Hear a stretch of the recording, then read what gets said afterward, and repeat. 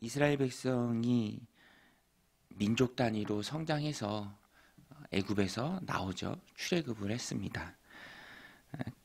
최종 목적지는 가나안 땅이죠.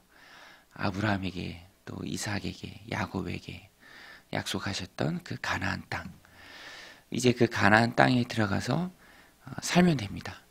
근데 중요한 이슈가 있죠. 절대로 놓쳐서는 안 되는 아주 중요한 이슈가 있습니다. 어떻게 살아야 하는가? 어떻게 살아야 하는가? 똑같이 살면 하나님의 나라가 의미가 없죠.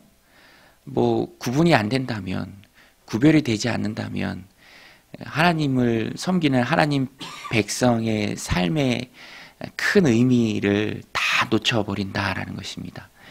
그래서 하나님께서는 요단강 여리고 건너편 요단강가 모압 평지 이스라엘 백성들이 소복이 앉았을 그때 다시 한번 하나님의 말씀을 주지시킵니다. 너희가 그 땅에 들어가거든.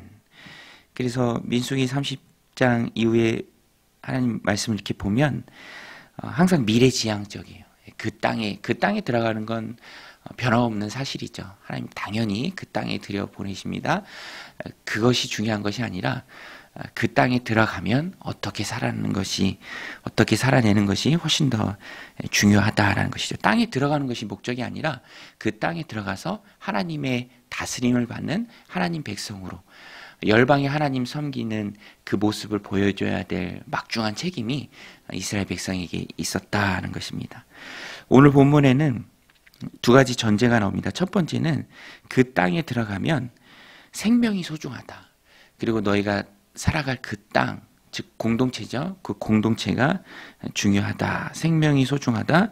공동체가 소중하다. 그래서 하나님께서 생명 소중함을 지켜내는 법을 주십니다.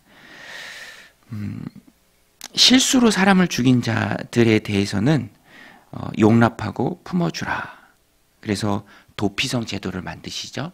요단강을 기준으로 서편에 3개의 성읍 또 동편에 3개의 성읍을 마련해서 피해 보복자가 실수로 이 사람을 죽인 자의 생명을 빼앗지 못하도록, 왜냐하면 생명이 소중하니까 이 도피성 제도를 두십니다.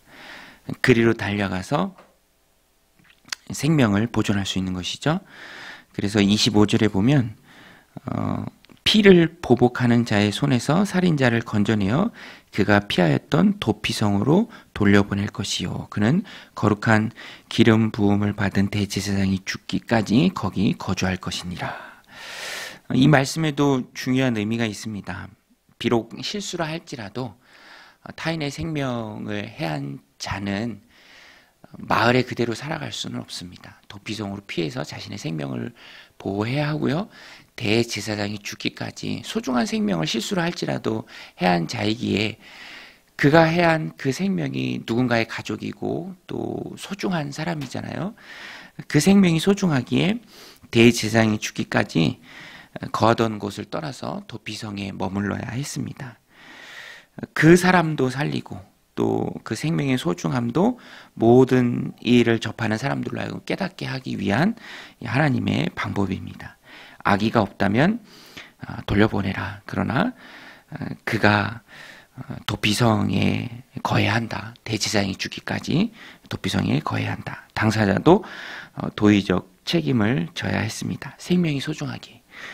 또 살인자를 할지라도 실수가 아니라 악의를 가지고 또 계획적으로 살인한 자라 할지라도 그 혐의가 있는 자라 할지라도 증인 한 사람으로 그 사람을 사형에 처할 수는 없었습니다. 30절인데요. 사람을 죽인 모든 자, 곧 살인한 자는 증인들의 말을 따라서 죽일 것이나 한 증인의 증거만 따라서 죽이지 말 것이요. 한 증인의 증거는 효력이 없습니다. 왜냐하면 생명을 강제로 빼앗는 일이기 때문에 생명이 소중한 땅입니다. 그래서 한 증인으로는 효력이 없고 두세 증인이어야 한다라는 것입니다. 비록 살인자라 할지라도 한 증인으로만 사형 판결을 할 수 없습니다. 이 역시 생명을 소중히 여기시는 하나님의 뜻이 그 땅에 반영된 것입니다. 그래서 우리가 이 말씀을 보면 그 땅에서 이스라엘 백성들이 어떻게 살아가야 하는지를 분명히 깨달을 수 있습니다. 생명이 소중하다. 생명을 소중히 여기라. 오늘 이 말씀을 우리가 메시지로 붙잡을 때 우리들 삶 가운데 교훈으로 적용할 때 하나님 나라 공동체에서는 여전히 하나님 주신 생명이 소중합니다. 육신의 생명도 소중하고요. 더불어 영혼의 생명이 참 소중하죠. 그래서 저는 이 말씀을 우리가 꼭 붙들고 우리들 삶 가운데 적용할 때 영혼의 생명이 소중하다. 그래서 하나님 백성으로 공동체 생활을 해 나갈 때 하나님 주신 이 공동체가 영혼을 살리는 공동체. 교회 존재의 목적이 영혼 구원이죠. 영혼 구원하여서 제자 삼는 일입니다. 그래서 그 사명에 집중하고 격가지들은 다 쳐내고 영혼 살리고 영혼의 생명을 소중히 여기고 어찌됐든지 살리는 일에 집중하는 것. 세상은 어떤 때에는 죽이는 일에 집중할 때가 많이 있습니다.